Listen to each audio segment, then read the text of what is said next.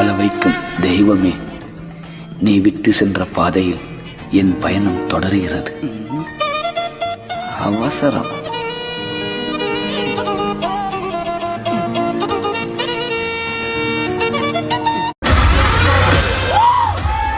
பொண்டாட்டிய தாம் பொண்டாட்டி மாதிரின்னு அவர் யதார்த்தமா கேட்க நான் பதார்த்தமா விட்டு கொடுத்துட்டேன். பதார்த்தமா விட்டு கொடுத்தியா? புதுசா இருக்கு. காலை கனவினில் காதல் கொண்டேன், என்ன வேணும் உனக்கு, கொட்டி கொட்டி கிடக்கு. திறந்திர சீசே.